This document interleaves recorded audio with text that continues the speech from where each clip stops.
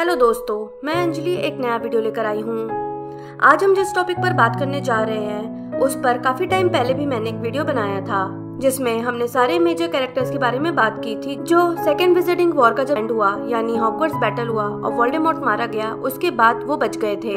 और उस वीडियो के कमेंट सेक्शन में कई लोगों के ये मैसेजेस आए कि मैं बचे हुए कैरेक्टर्स के बारे में भी बात करूँ कि हॉगवर्ट्स बैटल के बाद उनका क्या हुआ।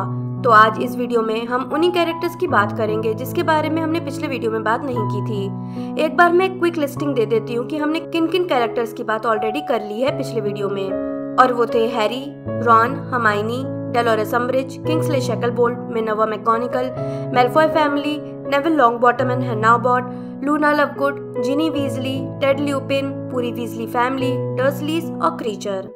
अब बचे हुए कैरेक्टर्स की बात हम इस वीडियो में करेंगे। तो सबसे पहले है हैग्रिड। तो हॉगवर्ट्स बैटल में एक्टिव पार्टिसिपेशन के बाद हैग्रिड ने स्कूल में केयर ऑफ मैजिकल क्रीचर पढ़ाना जारी रखा था और साथ में गेम कीपर का भी काम करता था।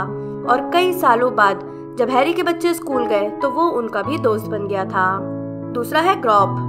हॉगवर्ट्स बैटल में हैग्रिड का साथ उसके सौतेले भाई ग्रॉप ने भी दिया था और बुक के एंड में बताया गया था कि बच्चे खिड़की से झांकते उसके खुले मुंह में खाना फेंक रहे थे और वो हंस रहा था और खा रहा था, यानी वो भी बच गया था। उसने कई दानवों को अकेले छोटे साइज होने के बावजूद हराया था। उसे अब बेसिक इंग्लिश भी आ गई थी और वो पास की पहाड़ी पर रहने लगा था जहाँ और भी दानव रहते थे और जहाँ हैग्रिड उससे कई बार मिलने भी जाया करता था। अब ग्रॉप बहुत सोशलाइज हो गया था। अगला है प्रोफेसर फ्लिटविक। हॉगवर्ट्स बैटल में बेहतरीन योगदान के बाद फिलियस फ्लिटविक ने हॉगवर्ट्स में चार्म पढ़ाना कंटिन्यू रखा और रेवेनक्लॉ के हाउस हेड भी बने रहे। नेक्स्ट है स्लगहॉर्न।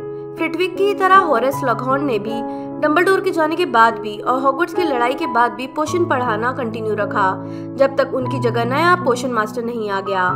वो तब तक स्लिदरिन के ही हाउस हेड बने रहे क्योंकि अब स्नेप नहीं थे और उनका स्लग क्लब भी चलता रहा। और 2016 में फाइनली उन्होंने रिटायरमेंट ले ली और एज अ ऑनर उनकी पोर्ट्रेट स्लिदरिन के कॉमन रूम में भी लगवाई गई थी। नेक्स्ट है प्रोफेसर स्प्राउट। प्रोफेसर पेमोना स्प्राउट भी हॉगवर्ट्स बैटल सरवाइव कर गई थी और उन्होंने हर्बोलॉजी पढ़ाना कंटिन्यू रखा था जब तक कि कई साल बाद नेविल ने as a herbology professor school join नहीं कर लिया। उसके बाद भी नेविल इनिशियली उनका को टीचर एंड असिस्टेंट बनकर ही क्लासेस लिया करता था जब तक वो रिटायर नहीं हो गई और उसके बाद नेविल ने उनकी जगह ले ली। प्रोफेसर स्प्राउट तब तक हफलपफ की हाउस हेड बनी रही। नेक्स्ट है फिरेंज। जैसा कि हमने पिछले वीडियो में देखा ही था कि ट्रिलोनी हॉगवर्ट्स में डिविनेशन पढ़ा रही थी, फिरेंज ने डिविनेशन पढ़ाना छोड़ दिया था। हॉगवर्ट्स बैटल के बाद बाकी के सेंटर्स ने उसको फिर से अपना लिया था और वो वापस जंगल में अपने हर्ड में चला गया था। वो अब भी बाकी सेंटर्स के कंपेयर में स्टूडेंट से ज्यादा अच्छे से पेश आता था। नेक्स्ट है डीन थॉमस। हैरी का दोस्त और शॉर्ट टाइम के लिए क्विडिच खेले डीन ने भी 7th ईयर हॉगवर्ट्स में अटेंड नहीं किया था क्योंकि उसके मगल बॉर्न स्टेटस के कारण वो दूसरे जादूगर और गॉब्लिन ग्रिपहुक के साथ छिपता फिर रहा था, जिस दौरान बाकी सब जादूगर तो मारे जा चुके थे जिसमें निम्फोडोरा टोंग्स के पिता टेड टोंग्स भी थे। इसलिए डीन ग्रिपहुक के साथ अकेला रह गया था, पर कुछ टाइम बाद उन्हें स्नैचर्स ने पकड़ लिया था और मेलफॉय मैनर ले गए थे। मूवी में डीन को मेलफॉय मैनर में नहीं दिखाया गया है, पर हैरी ने ओलिवेंडर और ग्रिपहुक के साथ साथ उसे भी बचाकर वहां से निकाल लिया था और शेल कॉटेज भेज दिया था। पर जब हैरी को हॉगवर्ट्स में दोस्तों की जरूरत थी और नेविल और उसके साथियों ने डीए के मेंबर्स को इकट्ठा किया, डीन ने भी बैटल ज्वाइन कर लिया था। उसने बैटल में इम्पोर्टेंट पार्ट प्ले किया था जिसके बाद वो हॉगवर्ट्स बैटल सरवाइव कर गया था। उसकी ज्यादा इन्फो तो नहीं, पर क्योंकि बुक्स में कई बार बताया गया है कि वो ड्राइंग एंड आर्ट में बहुत अच्छा था तो मोस्ट प्रोबेबली उसने इसी फील्ड में अपना करियर बनाया होगा। नेक्स्ट है सीमस फिनिगन। डीन के साथ ही हमेशा रहने वाला सीमस भी हॉगवर्ट्स बैटल सरवाइव कर गया था, पर उसकी कुछ खास डिटेल दी नहीं गई कि बाद की लाइफ में उसने क्या किया। नेक्स्ट है ओलिवेंडर। वॉन्ड मेकर गैरिक ओलिवेंडर कई और दिनों तक फ्लर और बिल के घर शेल कॉटेज में रहा जब तक कि वो पूरी तरह से ठीक नहीं हो गया। उसके बाद उसने वापस अपनी शॉप ज्वाइन की और वॉन्ड बनाना और बेचना शुरू कर दिया था। नेक्स्ट है लॉकहार्ट। सेकेंड मूवी के एंड में ही गिल्डरॉय लॉकहार्ट के बारे में बताया गया था कि वो अपनी याददाश्त पूरी तरह से खो चुका था और अब हॉस्पिटल में था। और 5th बुक में जब हैरी, रॉन और हर्माइनी मिस्टर वीजली पर हुए नगीने के अटैक के कारण सेंट मंगोल में उनसे मिलने गए थे तो वो लोग लॉकहार्ट से भी मिले थे जहां वो परमानेंट डैमेज वार्ड में था। उसे पहले का कुछ भी याद नहीं था और नर्स ने भी बताया था कि वो अब ऐसा ही रहेगा हमेशा हमेशा के लिए। इसलिए विजिटिंग वॉर के बाद भी लॉकहार्ट सेंट मंगोज में ही रहा, बिना पुरानी यादों के, और उससे मिलने अब भी कोई नहीं आया करता था। रॉन और हैरी का बुरा चाहने और करने की कोशिश उन पर काफी भारी पड़ गई थी। नेक्स्ट है फिल्च। हॉगवर्ट्स का watchman Argus filch Hogwarts battle के बाद भी हॉगवर्ट्स में ही रहा, जहां वो साफ सफाई से लेकर रूल तोड़ने वालों पर नजर रखता था और अब भी इसी उम्मीद में था कि रूल तोड़ने और गंदगी फैलाने वाले बच्चों को कैसे पुराने जमानों की तरह जंजीर से टखनों के बल उल्टा लटकाने की सजा मिलना शुरू हो जाना चाहिए। नेक्स्ट है Fudge. Ex minister Cornelius Fudge का 5th पार्ट तक रोल है, जिसमें पहले तो वो हैरी के सपोर्ट में थे, पर जब से हैरी ने ये बोलना शुरू किया था कि वोल्डेमॉर्ट वापस आ गया है, यानी ट्राइविजर टूर्नामेंट के बाद से फज को अपनी कुर्सी से ज्यादा प्यार होने लगा, जिस कारण वो हैरी के खिलाफ चला गया, साथ ही डंबलडोर के भी, जिन्हें हैरी पर भरोसा था। इसी कारण वो हैरी को मामूली से नाबालिग जादूगरी का रोल तोड़ने के कारण फुल ग्रोन क्रिमिनल विजर्ड्स की तरह सुनवाई कराता है, पर उसमें मुजरिम नहीं ठहरा पाता।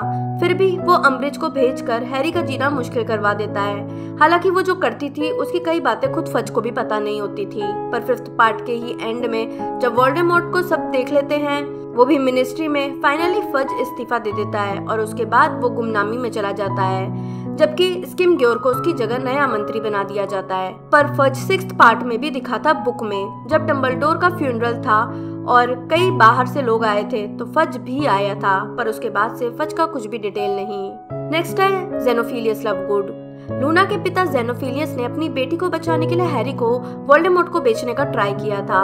उसने डेथ ईटर्स को बुला लिया था, पर डेथ ईटर्स झूठ मानकर उसे मार न दे, इसलिए हैरी, रॉन और हर्माइनी इतनी देर तक रुके रहे कि डेथ ईटर्स उन्हें देख लें। इसके बाद वो वहां से चले गए थे। इस कारण जेनोफिलियस को बंदी बनाकर अज़्काबान भेज दिया गया था कि उसने पॉटर्स की हेल्प की और पहले से ही वो लोग सभी उसके पॉटर के फेवर में की गई बातों से नाराज थे, जो उसने अपने पेपर क्विबलर में लिखा था। पर वोल्डेमॉर्ट के मरने के बाद जेनोफिलियस को अज़्काबान से रिहा कर दिया गया था। उसके बाद लूना अपने पिता के साथ कुछ टाइम तक रही, जहां अब वो ये मानने लगी थी कि उसके पिता की कही सारी बातें सही नहीं हैं, जो वो जानवरों के बारे में कहा करते थे, जैसे क्रम्पल हॉर्न स्नोरकैक के बारे में। पर उसका रिलेशन जेनोफिलियस से सही रहा। लूना के बच्चे भी अपने नाना से मिलने आते रहते थे। नेक्स्ट है विंकी। मिस्टर क्राउच की हाउस एल्फ और डॉबी की दोस्त विंकी को मूवी में पूरी तरह से हटा दिया गया था, पर अब तक सब जान चुके हैं कि कैसे विंकी के कारण ही बार्टी क्राउच जूनियर भागा था और मैड एंड मूडी बनकर हॉगवर्ट्स में रह रहा था। पर उसके पहले ही क्राउच विंकी को नौकरी से निकाल चुका था, जिस कारण डॉबी उसे हॉगवर्ट्स ले आया था, जहां वो रहती थी। हालांकि वो ज्यादा काम नहीं करती थी, क्योंकि वो पूरे टाइम या तो रोती रहती थी या नशे में होती थी कि उसके मालिक ने उसे निकाल दिया है। वो हॉगवर्ट्स को अपना नया घर मानने के लिए तैयार नहीं थी, पर हॉगवर्ट्स की लड़ाई में उसने भी क्रीचर की लीडरशिप में डेथ ईटर और वोल्डेमॉर्ट के खिलाफ लड़ाई में हिस्सा लिया था। हॉगवर्ट्स की लड़ाई के बाद वो हॉगवर्ट्स में ही काम करती रही। वो पहले से बेहतर होती जा रही थी, पर फिर भी वो कभी भी फुली रिकवर नहीं हो पाई। नेक्स्ट है मोर्निंग मार्टेल। गर्ल्स टॉयलेट में बेसिलिस्क के कारण मरी पहली और आखिरी लड़की मार्टेल एलिजाबेथ वॉरेन, जिसे मोर्निंग मार्टेल और हिंदी में मायूस मीना के नाम से जाना जाता है, हॉगवर्ट्स बैटल के बाद भी बाथरूम में ही रहती थी और उसके बाथरूम में अब भी लड़कियां जाना अवॉइड करती थी। नेक्स्ट है ओलिवर वुड। हैरी के स्टार्टिंग ईयर में ग्रिफिंडोर क्विडिच टीम का captain Oliver Wood as a keeper खेलता था। हॉगवर्ट्स के बाद उसने national Quidditch team Puddlemere United team को ज्वाइन किया था as a reserve player. Hogwarts battle में ओलिवर भी आया था और अपने दोस्तों और टीममेट्स का उसने साथ दिया था और डेथ ईटर्स से फाइट किया था।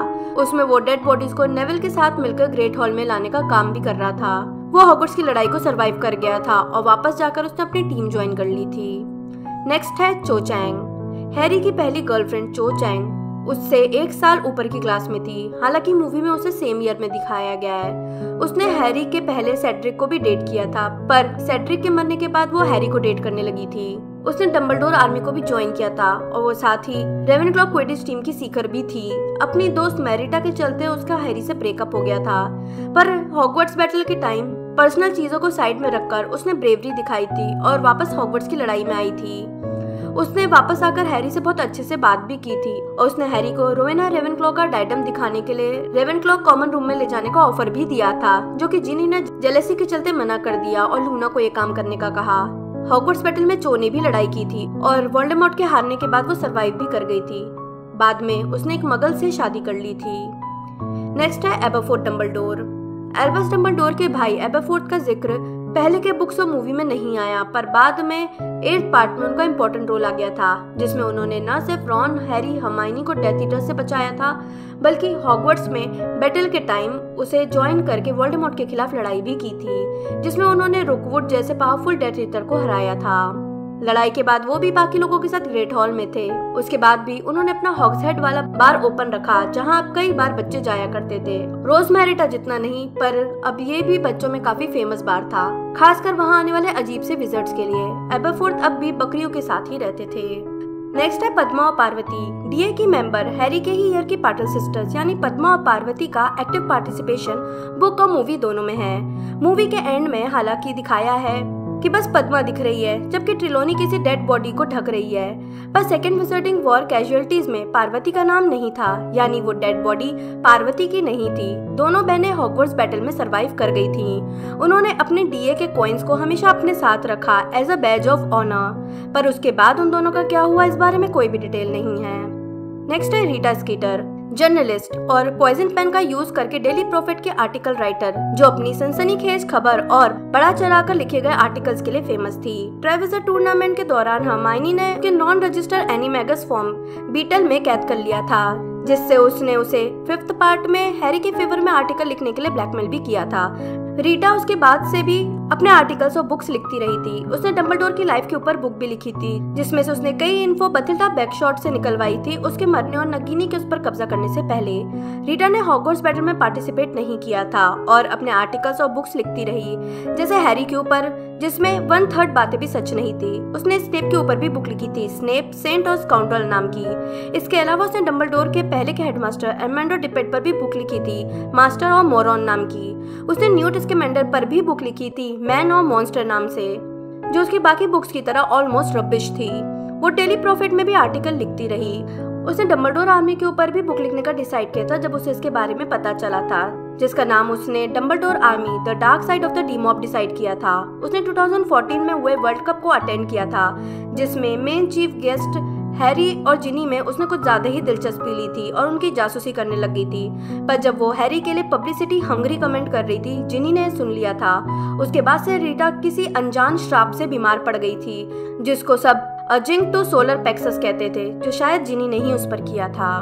नेक्स्ट है मैडम पॉम्फ्री, प्यारी मैट्रन और हीलर। पॉपी पॉम्फ्री ने हॉगवर्ट्स बैटल के बाद कई इंजर्ड लोगों का इलाज किया और वो आगे भी हॉगवर्ट्स के बच्चों का ध्यान रखती रही और उन्हें ठीक करती रही। उन्होंने 2010 तक एज अ हीलर काम किया, पर उसके बाद उन्होंने रिटायरमेंट लेने का डिसाइड कर लिया।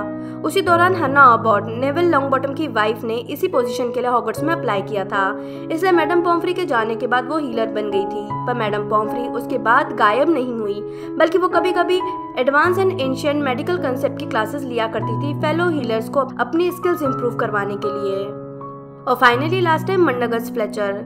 शायद पीटर पेटिग्रू के बाद मुझे किसी कैरेक्टर से सबसे ज्यादा नफरत है तो वो है मंडगस फ्लेचर, जिसकी लापरवाही और सेल्फिश नेचर के कारण ही हैरी मरते मरते बचा था और मैडाई तो मारे ही गए थे। चोर मंडगस ग्रिमोल्ड पैलेस की चीजें चुरा कर बेचा करता था जब हैरी ने उसे पकड़ लिया था।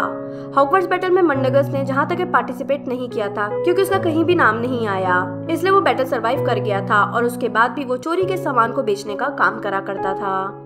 तो दोस्तों, ये थे वो कैरेक्टर्स जो सेकंड विजिटिंग वॉर में बच गए थे और उसके बाद उन्होंने अपनी लाइफ में क्या किया। अगर कोई कैरेक्टर रह गया तो आप मुझे नीचे कमेंट बॉक्स में बता सकते हैं। अगर ज्यादा कैरेक्टर्स रह गए होंगे तो मैं एक और वीडियो इसी टॉपिक पर बना दूंगी। अगर ये वीडियो पसंद आया हो तो लाइक और शेयर करें। मैं जल्दी ही नए वीडियो के साथ वापस आऊंगी। तब तक के लिए बाय बाय।